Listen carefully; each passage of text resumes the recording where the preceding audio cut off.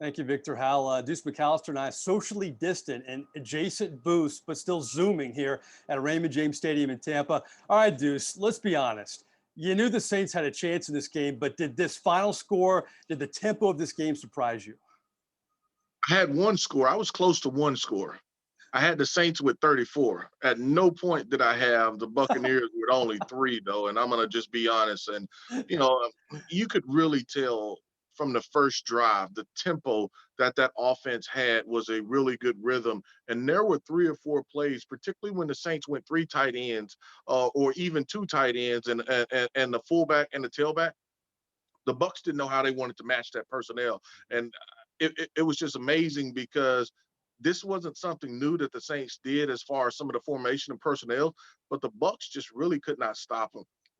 I really thought that the Saints had to go at least around 105, 110 rushing yards to have a chance. I did not like the screen calls that the Saints ran just because of the speed of those two linebackers. If you're going to run a screen, I would prefer it for it to have been a middle screen or at least a tight end screen. But, you know, the things that they had success doing from an offensive standpoint, you really saw, you know, having Emmanuel Sanders back, having Michael Thomas back, because the pressure was taken off of Alvin Kamara and all the other guys could come in and just really be accounted for. And so that was as dominant of a win that you saw in a long, long time. And that was the complete win that we've been waiting on for the Saints team.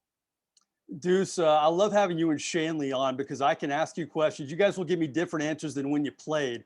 You know, I can ask current players this question. They may not give me an exact, honest answer because it's not, you know, they don't want to let it go. But I mean, this to me played in the hands of Sean Payton. Everybody's talking about, you know, the underdog for the first time this year. The Saints are, you know, the Bucs are the new team in the NFC South. Didn't that just play into the hands of Sean Payton motivating his football team this week?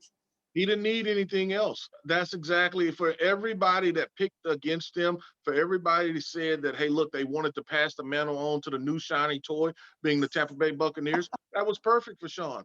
That was perfect because now I can go and be Sean Payton and not be nice. I can go and yell. I can tell you that you're doing something wrong, and you're going to listen because, hey, look, you're not expected to win. And so they took it personal. And so there was a couple of issues that the Bucs you knew had.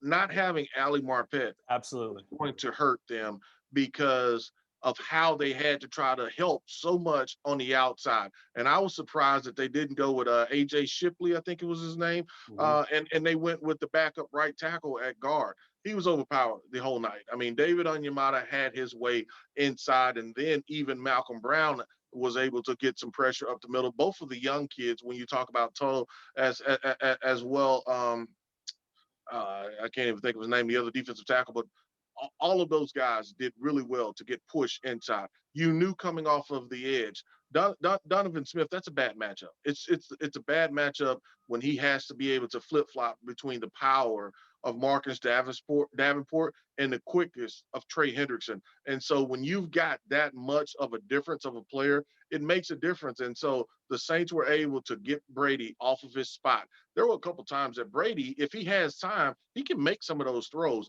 But that pass rush was so good, and they were able to move him. You saw the results.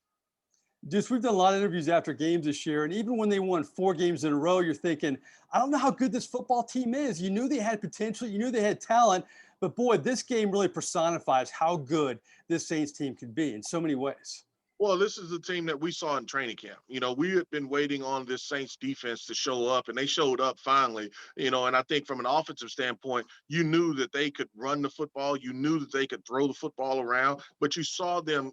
And look, they still had some mistakes. I mean, the fumble by Drew, the fumble by Jared Cook, there were still some things that they can work on and get better at. But this was a team that we had been looking for and hoping to show up. And so, you know, also, I don't know the complete stats, but I knew that they had to at least win and dominate in the special teams category where you punt it once. And so that tells you that you did an outstanding job there. I think it was 1 for 51. And Deontay Harris, his ability to return punts didn't get a lot as far as kickoff returns are concerned, but his abilities to return punts and make punters either kick it short or his ability just to be able to catch it and get a plus 10, a plus 11, you know, that shows up for this Saints team.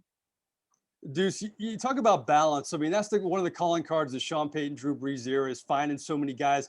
I mean, it was the second quarter, and he found 11 different guys. I mean, you and Streif in the booth were the only guys he didn't find. I mean, it's the incredible balance in this game. That just shows to me the strengths of this offense. And when they're at their best, they're finding everybody like that.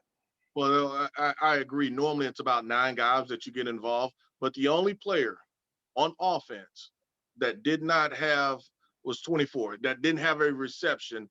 Um, he carried the football, but he was the Right. only offensive player that didn't have a reception. I mean, so every other skilled player that dressed had a reception. That's unbelievable. All right, last question. We've had some games recently where you know this team could play better. How much better do you feel about this Saints team now than you did after the Chicago game a week ago? I felt fine. I mean, even against Chicago, you felt fine. I mean, you knew that they still weren't playing a complete game.